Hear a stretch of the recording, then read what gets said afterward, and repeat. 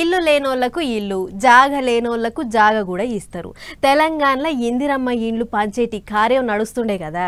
Government వాళ్ళు ఇల్లు అయితే ఇస్తున్నారు కానీ వాళ్ళు ఇచ్చే పైసలతోని ఇల్లు అయిపోతుందా, ఇంత అప్పు చేయాల్సి వస్తుందా అని బూగులు పట్టుకుంది చాలా మందికి. ఇసుక కా నుంచి ఇనుప షీకుల దాకా అన్నిటికీ రేట్లు పిరమే అయ్యే.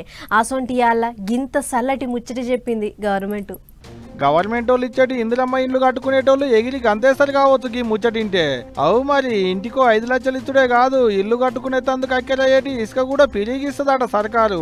ఒక్కొక్క ఇంటికి ఏం తక్కువ 40 టన్నుల వరకు ఇసుకను పుక్కట్లనే ఇస్తామని సాటింపేసిరు సర్కారు వాళ్ళు. మీ సేవకు పోయి ఆన్లైన్ లో అప్లికేషన్ పెట్టుకోవాలన్నట. ఏ బండిలో ఇసుక తెచ్చుకుంటారు ఏంది అనేటి వివరాలన్నీ అని లెక్కించి ఆటంక అవసరమైనంత ఇసుకను పుక్కట్లనే తెచ్చుకునేందుకు అనుమతులు ఇస్తారట. సెల్ ఫోన్ నెంబర్ల మీద డీడీ ఇస్తారట. అందులోనే అప్లికేషన్లు పెట్టుకున్న వాళ్ళ అన్ని ఉంటాయట. మళ్ళా ఇప్పుడు ఎంత లేదన్నా ఓ టన్ను ఇసుకకు 1700 నుంచి 1800 ఉన్నది రేటు. 40 టన్నుల ఇసుక అంటే ఎంత లేదన్నా ఓ 70,000కు మీదనే అవుతుంది.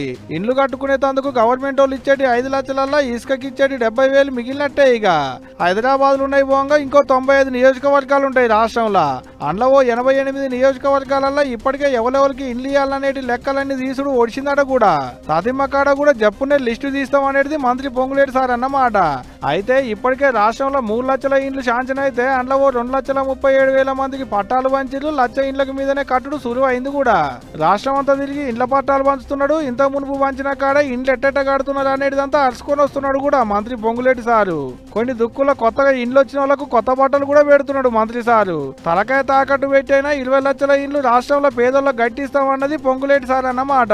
అయితే బేస్మెంట్ మీద ₹1,00,000, గోడలు వేసినాక ₹1,25,000, కప్పు పడ్డాక ఇంకో ₹1,75,000, కడవ పడులన్నీ ఓడిచినాక మిగిలిన లచ్చ, మొత్తం కలిపి 5 లక్షలు 4 తడవలల్లో ఇల్లు కట్టుడు ఒడిసే లోపిస్తాం అనేది గవర్నమెంట్ వాళ్ళు మొదటికెంచి చెప్పుకుంటూ వస్తున్నమాట.